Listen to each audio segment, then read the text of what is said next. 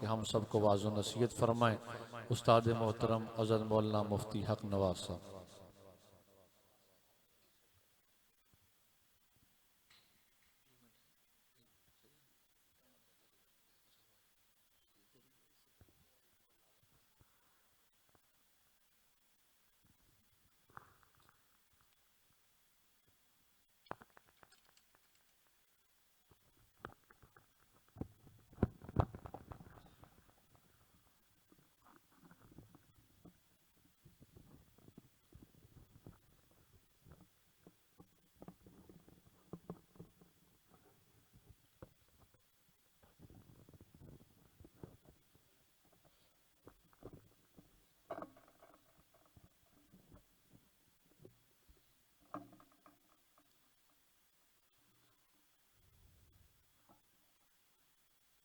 الحمد للہ رب العالمین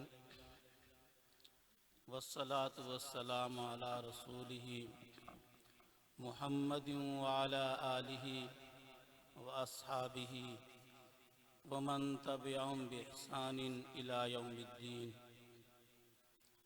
اما بعد۔ قال النبی صلی اللہ علیہ وسلم: خیرکم من تعلم القرآن وعلمہ، او کما قال علیہ الصلاۃ والسلام۔ تمام ساتھی درود شریف پڑھ لیں۔ اللہم صلی علی سیدنا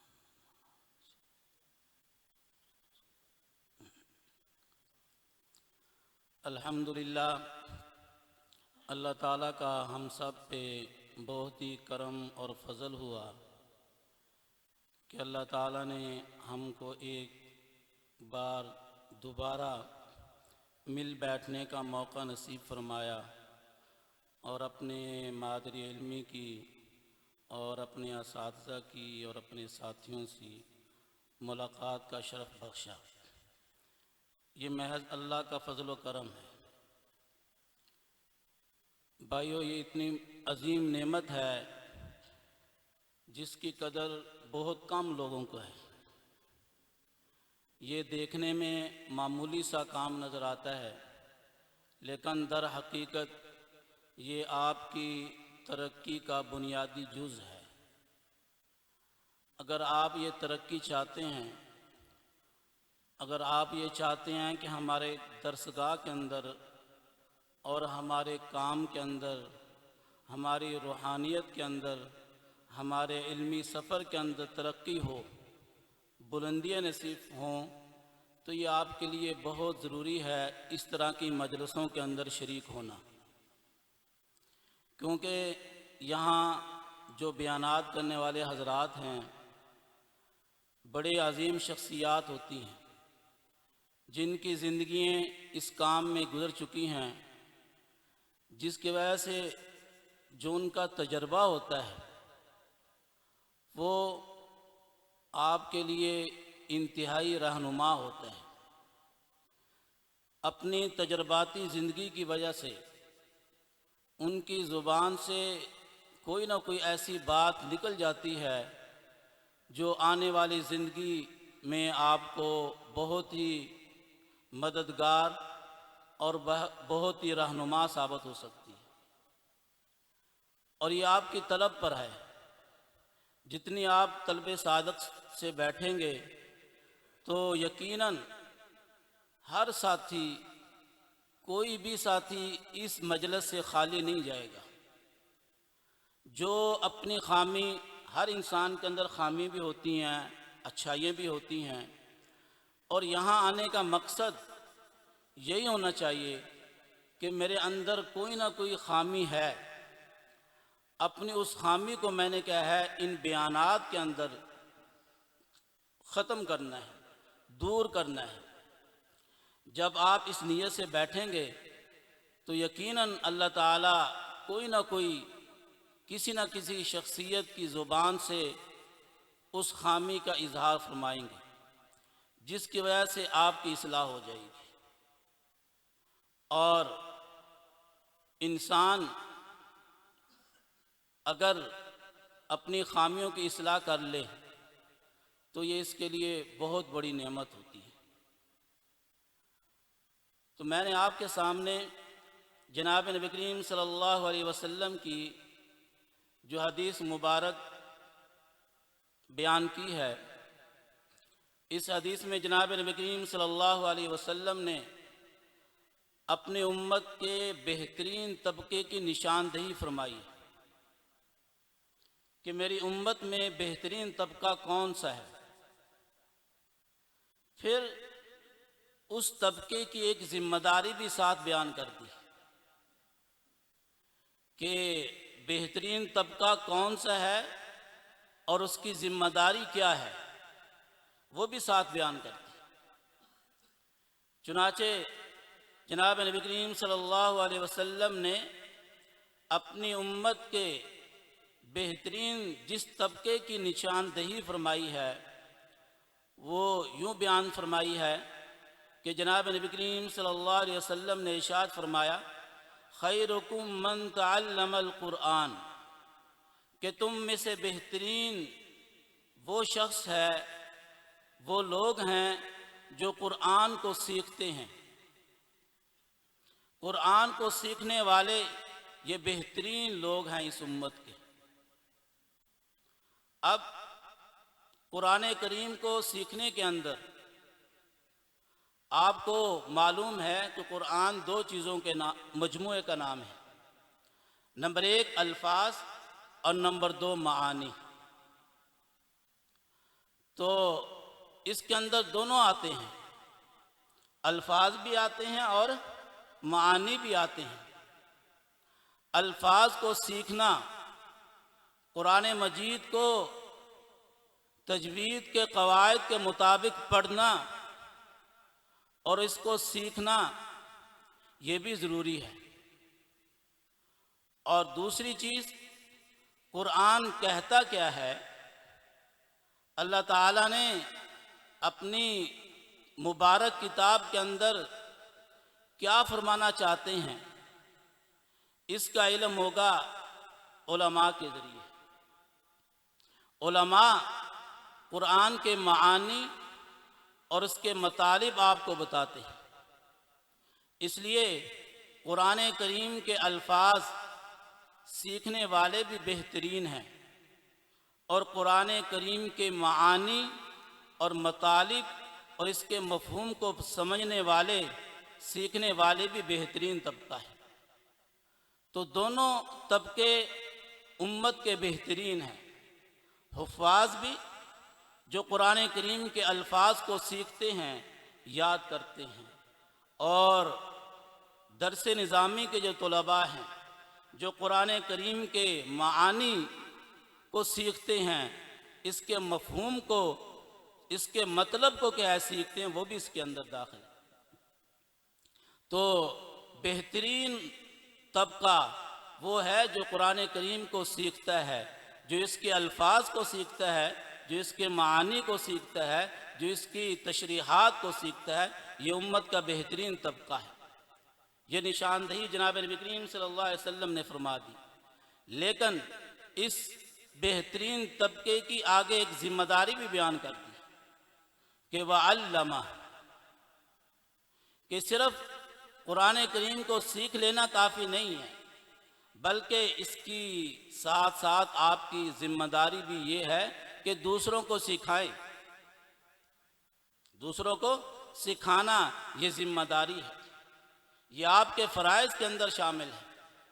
چاہے آپ امت کے ان لوگوں کو جو قرآن کریم کی اس دولت سے محروم ہیں، جن کو قرآن کریم پڑھنا نہیں آتا اور جو قرآن کریم کے معانی اور مطلب اور مفہوم کو نہیں ان کو پتہ، تو آپ ان کو سکھائیں۔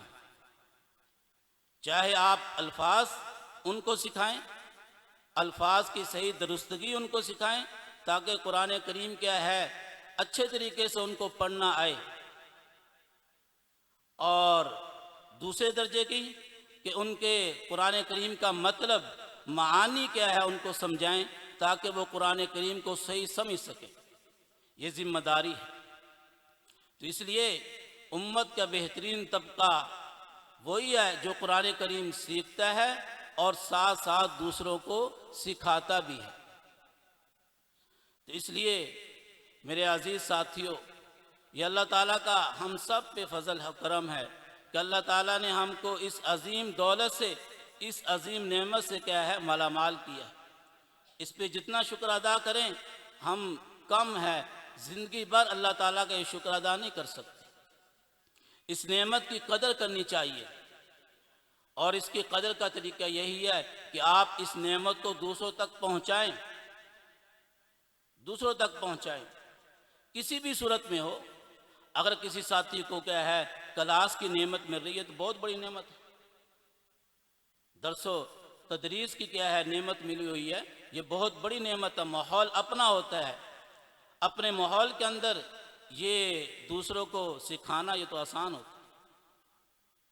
یا کوئی اپنی کلاس کی صورت نہیں ہے، جس شکل کے اندر بھی ہو، جس صورت کے اندر بھی ہو، اپنے اہل و عیال کو، اپنے رشتہ داروں کو اس نعمت کو سکھانا یہ آپ کی ذمہ داری کے اندر داخل ہے، تاکہ ان کو بھی قرآن کریم اچھے طریقے سے پڑھنا آ جائے، قرآن کریم کے مطلب اللہ تعالیٰ کیا چاہتا ہے اپنے اس کلام سے وہ بھی ان کو پتہ چلے۔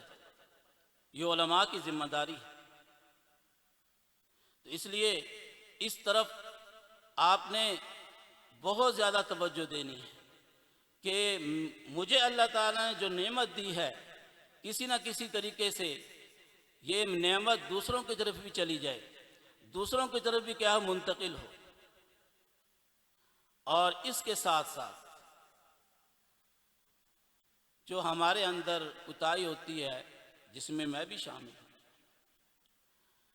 کہ جب ہم اس کام کے اندر مشغول ہوتے ہیں پڑھنے پڑھانے کے اندر تو دوسروں کی فکر لگ جاتی ہے لیکن اپنی فکر بھول جاتی ہے، دوسروں کی فکر لگ جاتی ہے، اپنی فکر بھول جاتی ہے۔ یہ بھی بہت خطرناک چیز ہے، جس کا نتیجہ یہ نکلتا ہے کہ دوسرے لوگ ہم سے فائدہ اٹھاتے ہیں، ہم دوسروں کو قرآن کریم پڑھا رہے ہیں،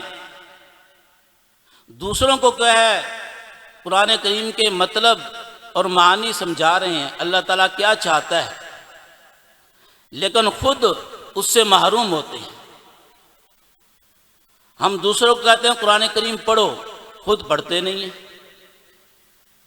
دوسروں کو کہتے ہیں نماز پڑھا کرو، خود اس کے لیے کیا ہے ہم کتنا عمل کرتے ہیں وہ ہم کو پتہ ہی ہے، یہ تو بتانے کی ضرورت نہیں ہے۔ تو اس لیے اپنی فکر بھی کرنی ہے۔ اگر اس چیز پر ہم نظر رکھیں گے اپنی فکر کی تو اس کی وجہ سے کام کے اندر برکت بھی ہوگی، کام کے اندر کیا ہوگی برکت بھی۔ ہمارے استاد محترم مفتی طیب صاحب دامت برکاتہم، ابھی ہمارا بھی کلاس کا جوڑ تھا جمعرات کو گئے ہوئے تھے، تو مفتی اعجاز صاحب دامت برکاتہم العالیہ نے ان کے حوالے سے یہی بات ارشاد فرمائی۔ کہتے ہیں مفتی صاحب ایک دفعہ مشورہ ہو رہا تھا اساتذہ کا، تو حضرت مفتی صاحب نے وہاں فرمایا کہ میں آپ سے کوئی آج خطاب نہیں کرنا، نہ کوئی واعظ و نصیحت کرنی ہے، بس ایک بات کی یاد دہانی کرانی ہے کہ ہم جو یہ کام کرتے ہیں، پڑھنا ہو گیا، جمعے کی تقریر ہو گئی ہے، واعظ و نصیحت ہو گئی ہے، یہ ہم کس لیے کرتے ہیں؟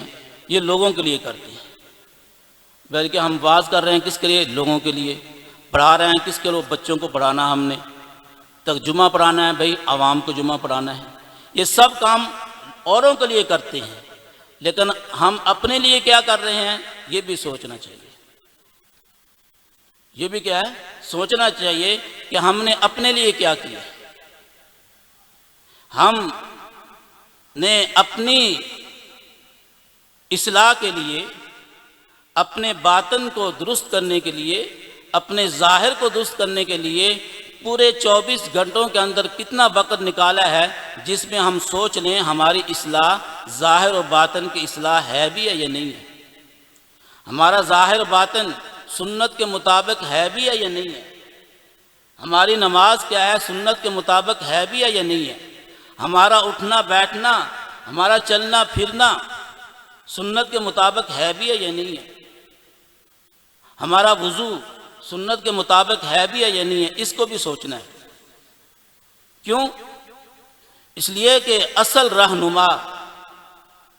رہنمائی انسان کے عمل سے ملتی ہے، قول سے نہیں ملتی۔ جناب نبی کریم صلی اللہ علیہ وسلم نے جب پہلا خطاب ارشاد فرمایا تھا تو کیا اپنا عمل پیش کیا تھا۔ تو جتنی تبلیغ عمل سے ہوتی ہے، زبان سے نہیں ہوتی۔ زبان سے آپ لمبے خطبے دے لیں، ٹھیک ہے، کوئی نہیں ہے، لیکن ایک عمل آپ کا اس کے خلاف ہوگا، ان لمبے خطبوں کا کوئی اثر نہیں ہوگا۔ لیکن آپ کی عملی زندگی درست ہے، آپ کا عمل سنت کے مطابق ہے، لمبے چوڑے خطبوں کی کوئی ضرورت نہیں ہے، لوگ آپ کے عمل کو دیکھ کر ہی اپنی زندگی کیا بدلیں گے۔ اور آپ جس سیٹ پر موجود ہیں، ہم سب جس سیٹ پر موجود ہیں، یہ انتہائی نازک سیٹ ہے، نازک مرحلہ ہے۔ لوگ ہم کو دیکھیں گے، ہمارا عمل دیکھیں گے، ہماری بات کو نہیں۔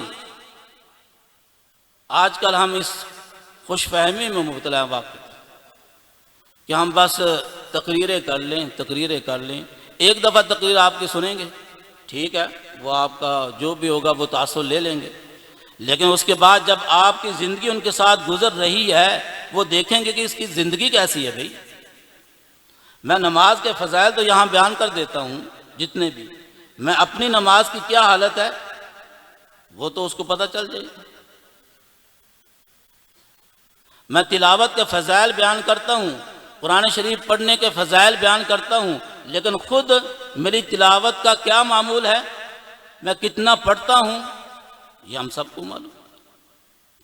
اس لیے دوسروں کی فکر کرنے کے ساتھ ساتھ اپنی فکر کی بھی انتہائی ضرورت ہے، اپنی عملی زندگی کی انتہائی ضرورت ہے۔ عملی زندگی کیا درست کرنی چاہیے۔ مسنون زندگی، جب مسنون زندگی گزاریں گے تو آپ کی کام کے اندر اللہ تعالیٰ برکت نصیب فرمائیں گے، آپ کے وقت کے اندر برکت نصیب فرمائیں گے۔ اس کا اثر آپ کے طلباء کے اندر بھی ہوگا، جو آپ کی اپنی آنکھوں سے آپ دیکھیں گے۔ تو اس لیے اس کی ضرور فکر کرنی چاہیے۔ دعا ہے اللہ تعالیٰ ہم سب کو اپنی فکر بھی کرنی نصیب فرمائے۔